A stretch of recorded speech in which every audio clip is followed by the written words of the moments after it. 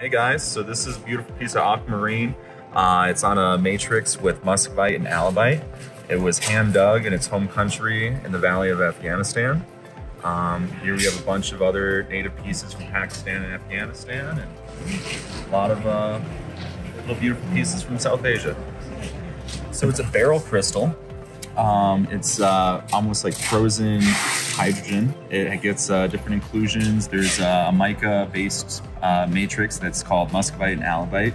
And yeah, over in Pakistan, it just has the right kind of precursors and sedimentary layers to grow this pretty frequently.